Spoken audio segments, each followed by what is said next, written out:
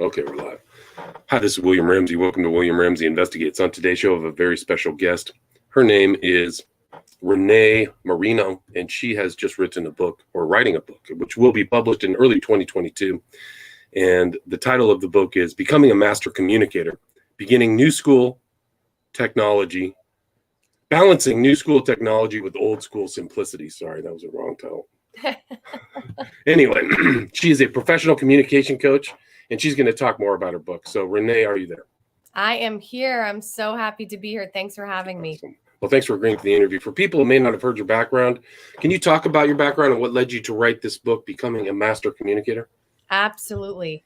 For over 16 years of my life, I was a professional actor, singer, dancer on Broadway, in film, television, and I've always been obsessed, William, with communication. And I think it comes from my background. I grew up in an Italian-American family, so it was very common for us to be sitting around the kitchen table, talking, eating, laughing, arguing sometimes, but nonetheless communicating and connecting. And because of that, all throughout my life, I was always intrigued with the way people communicated and why. And the years that I was recording music, I even created a song called Communicate, go figure. And then in 2017, I started doing my most recent Broadway show, which was Pretty Woman the Musical, just like the movie. And I had this idea to write a book. I've always been a writer since 5 years old. It was one of my other passions. And after talking to my girlfriends in the dressing room about who's dating who and if they're bringing up conversations that are on their minds and just all this talk about communication, I said to myself, there's a book in this.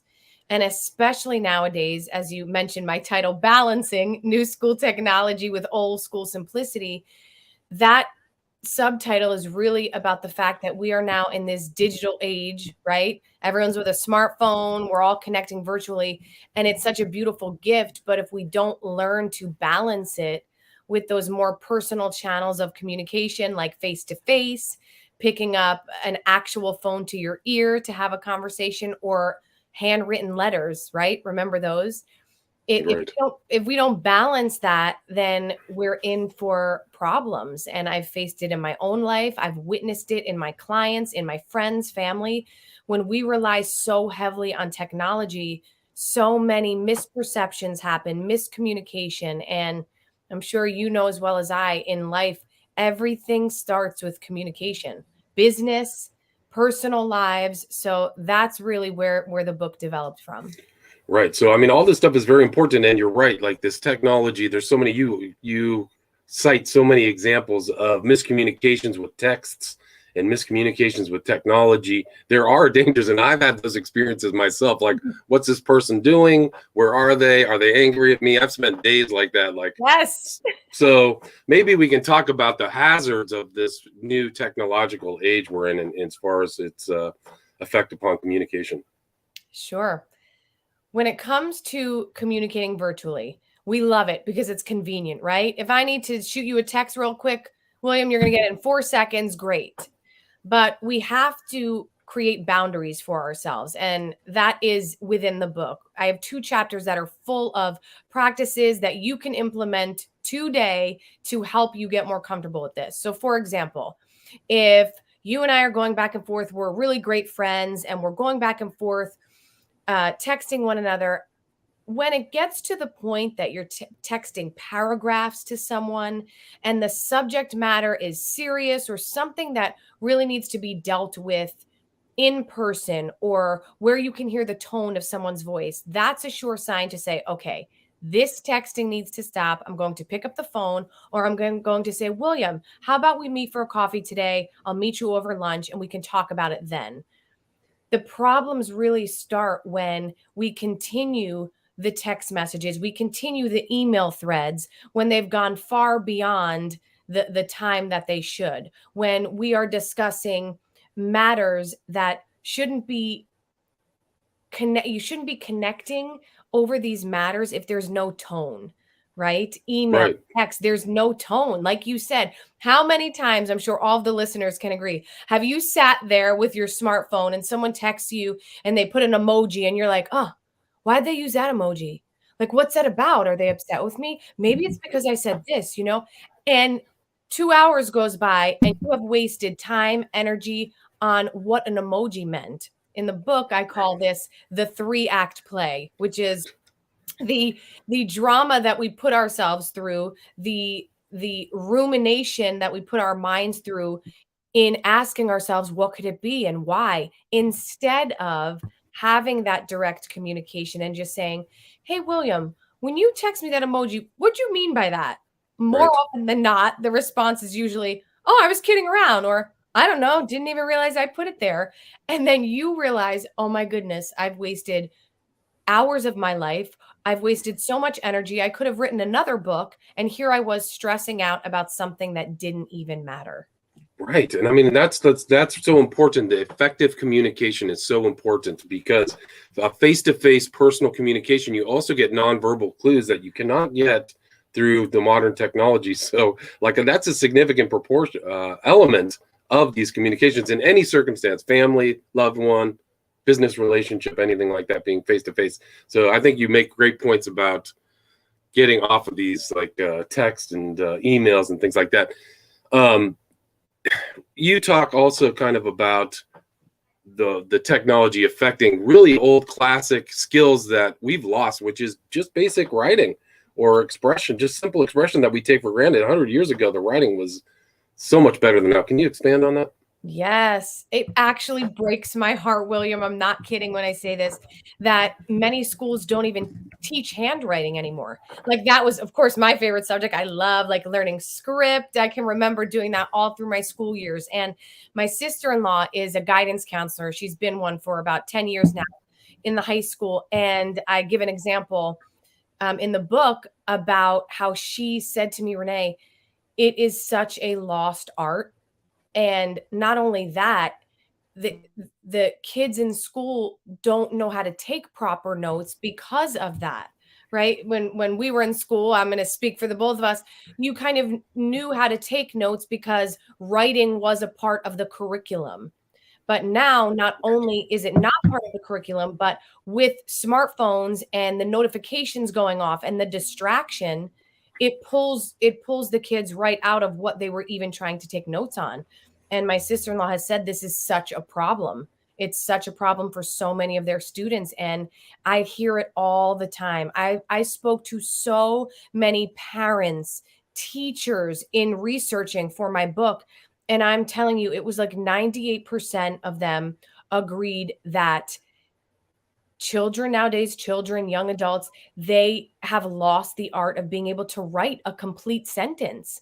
And many people nowadays could say, well, it's no big deal, right? I have Grammarly. I can just figure it out online. But at the end of the day, don't you want to know that if you had to, for a job interview, write a paragraph about why you're the best person for the job, you want to be able to do that because what we write is a representation of us. When I write you a handwritten letter, William, that's a representation of my feelings towards you, right? It's a very personal skill, and the fact that it's becoming a lost art, it breaks my heart. It really does. Really is. It's really a loss. And you don't see it that often in these young kids writing in a very effective way into loved ones, family members, business people, expressing themselves effectively. It's a lot of it's choppy and they rely upon texting instead of kind of this classic element. And I think that goes to another point you make in your book, which is the loss of ability and to focus, but also another point of communication, which is actually listening, right? Oof. Listening is, I think, the most crucial part of being a master communicator. So often, especially nowadays, I mean, we see it everywhere. We're not listening. And Stephen, Kobe. yep, absolutely. He talks about how so often we listen with the intent to reply and not the intent to understand. And that is such a common problem nowadays because we are all used to things happening fast, quick. I'm talking to you, I hear a notification go off, my focus has switched. We're switching all day long. So when it comes to fully listening in a conversation, it's becoming less and less. The more technology gets advanced because our brains are now programmed I say in the book, I say we are like Pavlov's dogs, right? Conditioned to tune out the minute we hear a notification go off, the minute a new ad pops up on a link bar, and this is causing us to become much less apt to listen. And it's very much a problem because, as you said, that is such a crucial part of communication. When I can sit here and fully listen to you and take in what you're saying to me without thinking, without focusing on myself, right? Not thinking about what I'm going to say, how I'm going to respond, but fully absorbing what you are sharing with me, it's a gift on both parties, right? I give you the gift for this open platform to be heard, and I give a gift to myself to possibly learn something, to experience a new perspective. And we lose these gifts when we are so consumed with ourselves. We're consumed with winning the argument, or we're consumed with sharing our opinion. I don't care about what you have to say, but let me tell you what I know. Right. And we can see it, right? I think we can see it in the world right now. We see it in the news. We see it everywhere. No one is actually having a conversation. And I really believe, William, I believe it in my heart, that this book is going to help so many people, because breathing is very much, I'm sorry, communicating is very much like breathing. We don't often think about it until things go awry. You don't think about how you're breathing until you can't breathe and you're having an anxiety attack and you're like, can't catch my breath. The same thing happens with communication. You go about your day communicating in the way that is most natural to you, and then you come across a block, whether it's a miscommunication through a text, or your boss actually didn't get your email and is now having, telling you that, oh, I feel like you're not working effectively. And meanwhile, you sent the email, but it went to spam. So we aren't conscious of how we're communicating in our relationships, personal and professional, until something goes wrong. So my hope with this book is that it's going to bring awareness to all of us to say, wow, well, do I do that? Right. Do I check in on the phone after I've texted a friend for hours and check in and just be like, hey, are we good? Did you understand what I was saying when I text that? If we're not aware of that, then that is where, we can experience a lot of heartache and a lot of miscommunication. Right. And I think that even the technology, you make a point to in the book that because you're on tech, you're missing the opportunity to properly communicate.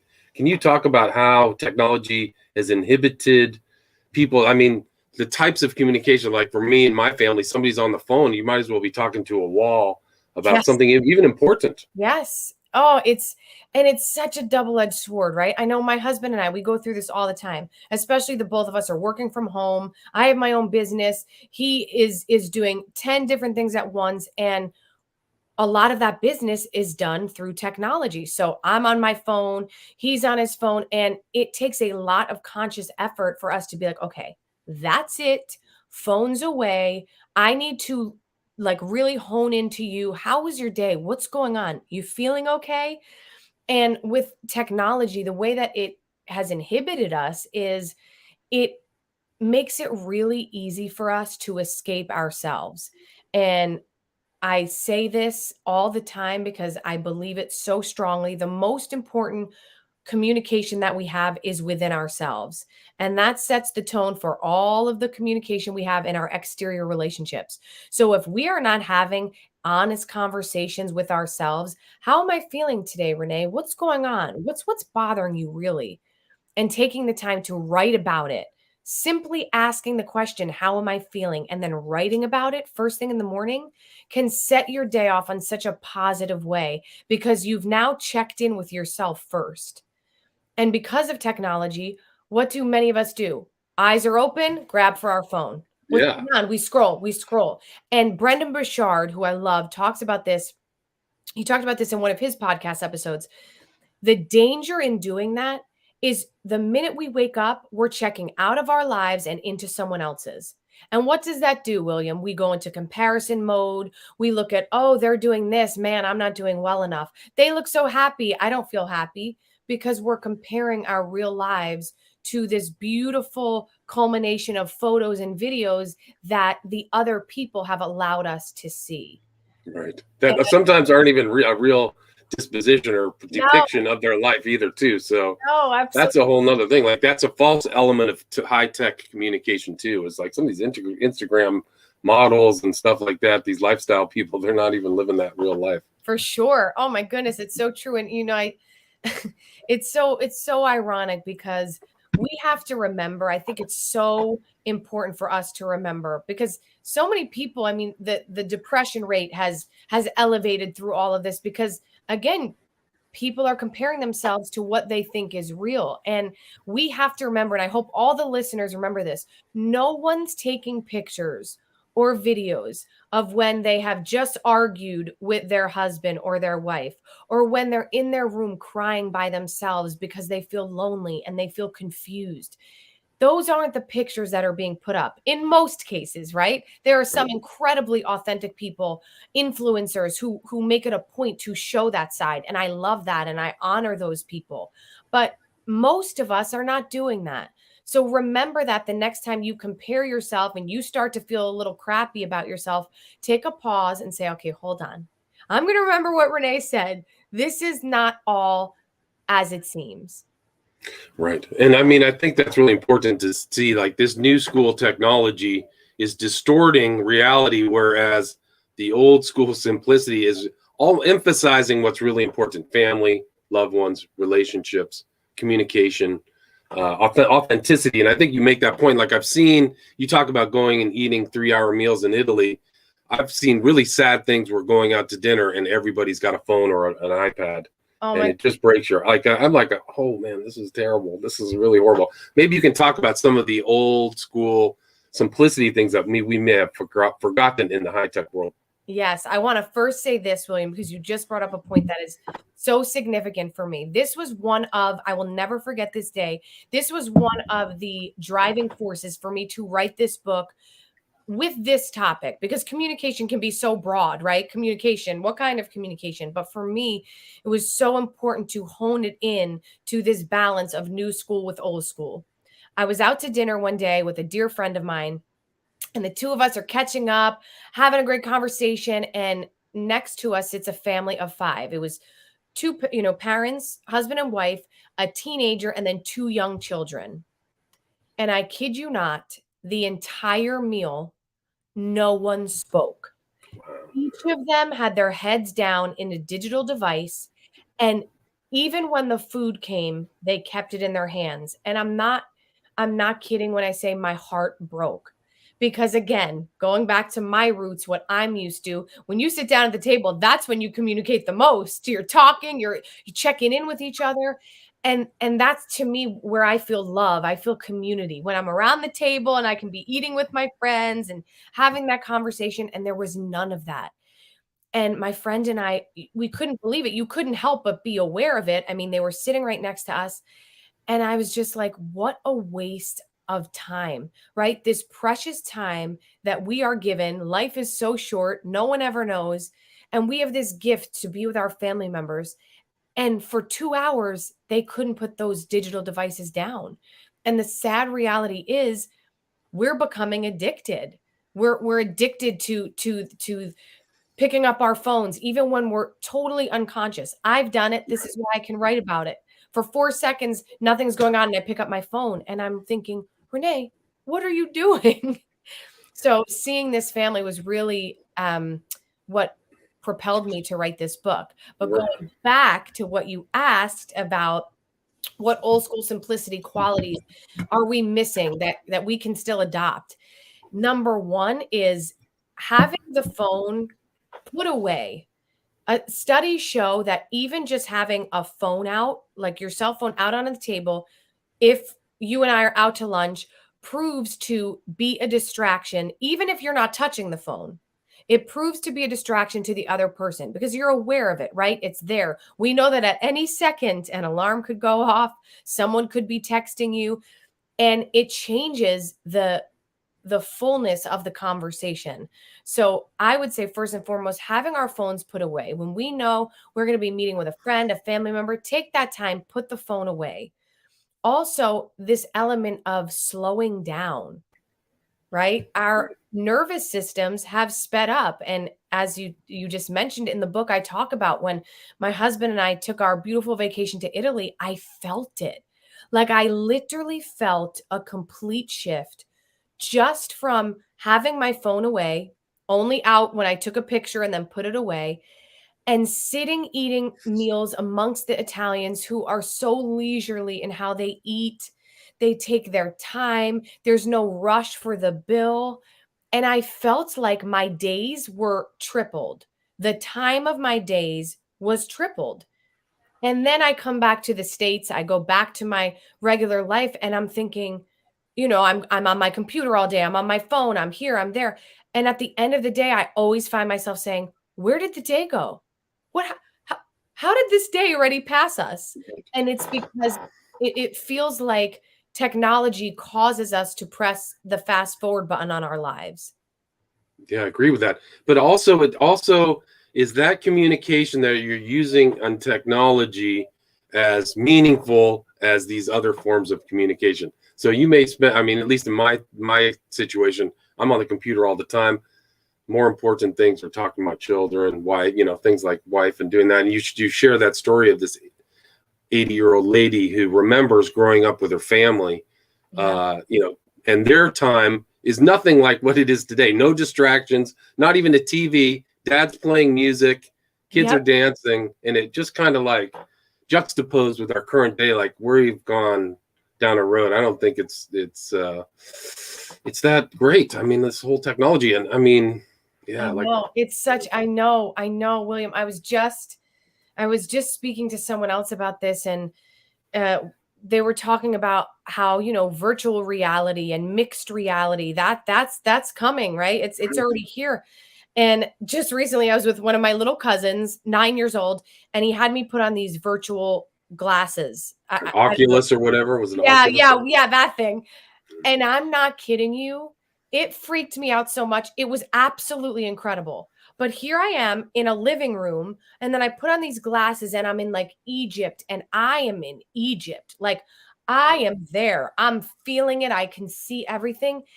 And I was like, oh my goodness. People are not going to want to be in reality, because if the virtual reality is so much better, then what happens to that human connection?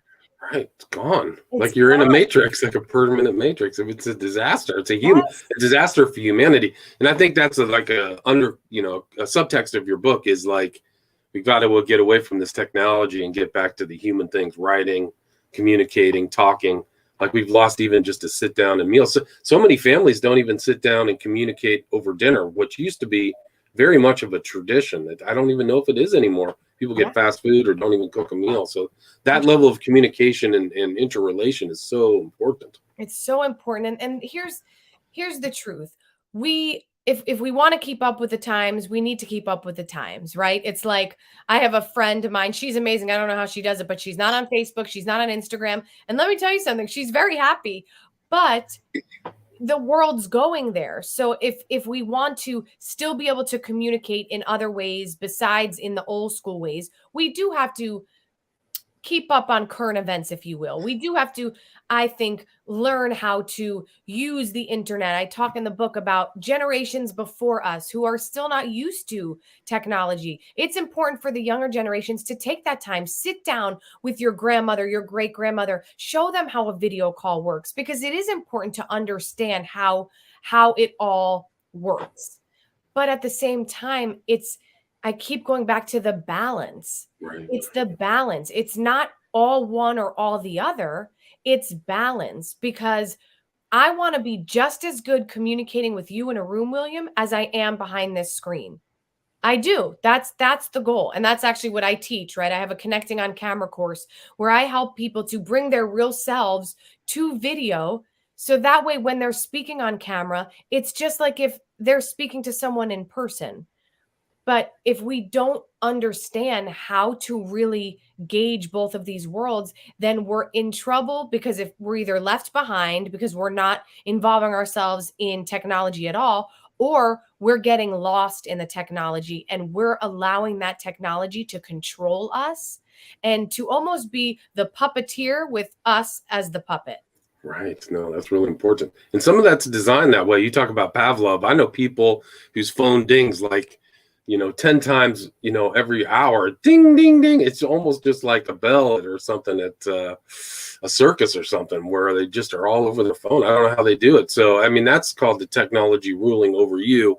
But it's also like, I think the technology can become, you talk about it becoming, you can have a fake self or a mask. So if you as a communicator are encouraging people to be authentic, they have to also watch out for being inauthentic online. Would you agree with that?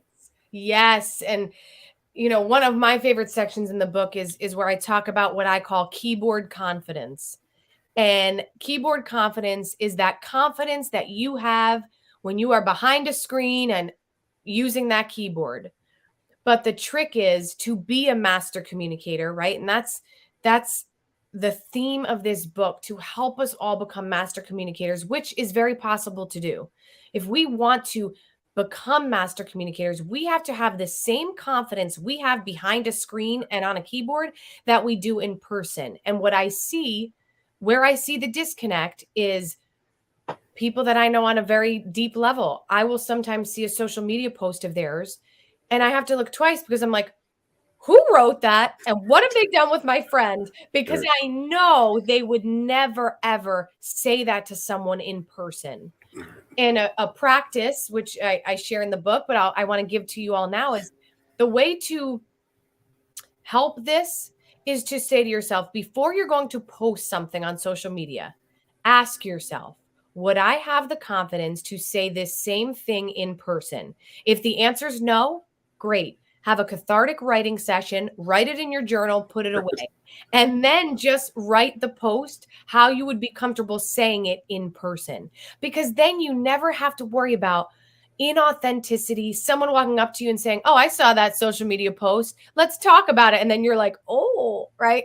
Not that that may never happen, but the point is, if you want to live your life the way I love to live my life, as an honest, authentic human being, you want to be the same person online that you are when someone meets you outside in your neighborhood, that you are when you're speaking on stages, that you are when you're sitting in a virtual meeting. It needs to all be the same person. And often in this day and age, what I'm seeing is a separation of identity, if you will. Yeah, for sure. No, I totally agree with that. And some people are a little different online than they would be in real life. Insults, things that could come back and haunt you, posts from a long time ago. So people really need, I mean, that's definitely not being a master communicator. If you say something online that lasts forever. Yes. So you got to really be careful. What else, what other themes would you like to cover in your book?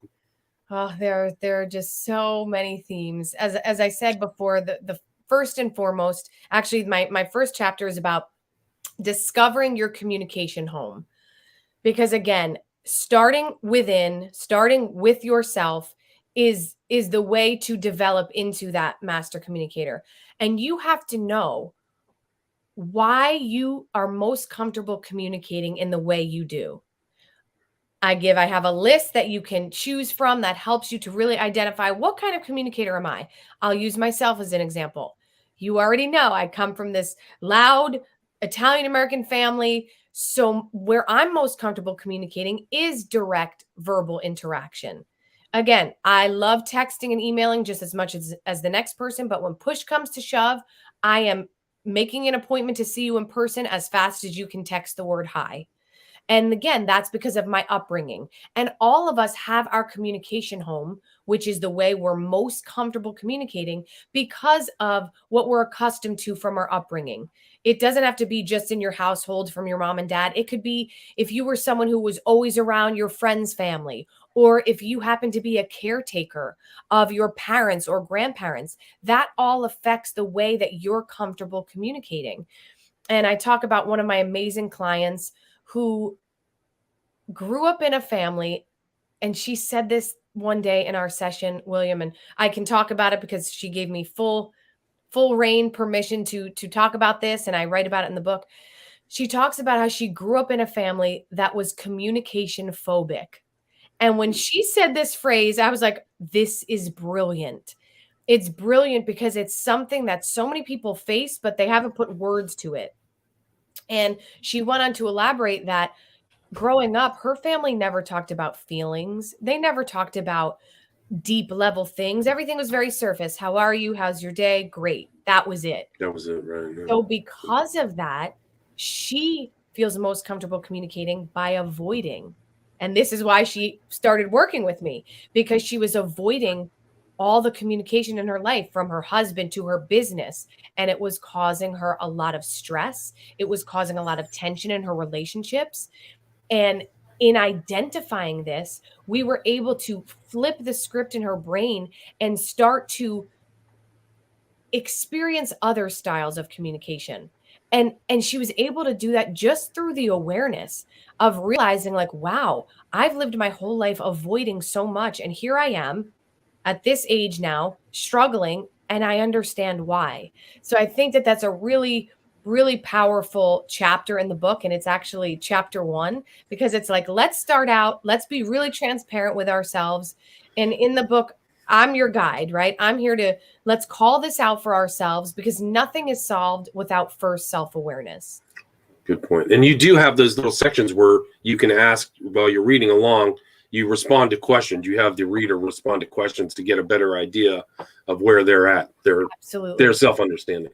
Yeah. In the book, what my favorite part is, in each chapter, I have a reflection section. And there are a set of questions related to what the topic is in the chapter. And it gives the reader a chance to fully absorb what was just read. I love reading. So for me, I love this. I love being able to kind of take the time to journal, think about what I just read instead of just moving on to the next chapter. Because what happens? We absorb about 7 to 10% of what we read. We finish the book, it goes on our shelf. And then, as Tony Robbins says, it becomes shelf knowledge. But for me, I'm interested. I love personal development. I love the world of self-help and doing whatever I can to expand myself and my understanding of the world. So by having that reflection section, it gives you a chance to take a second, pause, and really allow that information to be digested. Right. And I mean, I think, yeah, you have like your different styles too. People can identify with, was a peacekeeper, passion player, laid back. So you've kind of typified other people's styles. Maybe when they read through your book, they can get a better understanding of where they're at in communication. And right now, communicating is so important. It's everywhere. Maybe 100, 200 years ago, writing, or you talk to your family and that might be it. But now you can talk to people all over the world. I've talked to people all over the world, Israel, Europe. So very important to be a very skilled, if not master communicator. I definitely agree with that. Is there anything you'd like to add? Anything I missed before we wrap it up? We're at about 33 minutes. I think we got it all. As it's so funny, as we talk about the book, I get even more excited for my readers to read it. Like, I'm just so excited, William, because I put my heart and soul in this book, but I also know that, as you just said, this is such a vital topic for us now. We need this now, because technology is only advancing. If we don't get a grip on how we want to show up in our lives, how we want to show up in our interaction with one another, then we can so easily get pulled away, right? We can become the most distracted creatures in the world if we don't take a second to ground ourselves and figure out what we want and how we want to connect in our personal relationships and our professional ones. Right. And that's the whole balancing. Like, you got to figure this out. We have a new technology. How are we going to balance all that stuff? And you have kind of a reference to a website. You have a website. Do you want to promote that website now? Is it free gift? Absolutely. Yes. Well, the website I want to promote actually is for the pre-order of the book, because the book is available to pre-order. And the exciting thing, William, is that when you pre-order through Barnes & Noble, through my link, becomingamastercommunicator.com, you get 2 free incredible bonuses. The first one is 21 ways to use communication to increase business opportunities. And the second one is an introspective video journaling tool. And this is a tool that I actually have in my book, but these 2 bonuses that you get are amazing, because you can start to use them right away, skyrocket your communication skills, and it'll get you excited for the book. Yeah, and there's so much that's in the book. There's many more chapters involved. We kind of just covered the first third, maybe. But again, the website is www.becomingamastercommunicator.com, correct? Absolutely. So Okay, the title of the book, yep, www.becomingamastercommunicator.com. And I will put that in the show notes.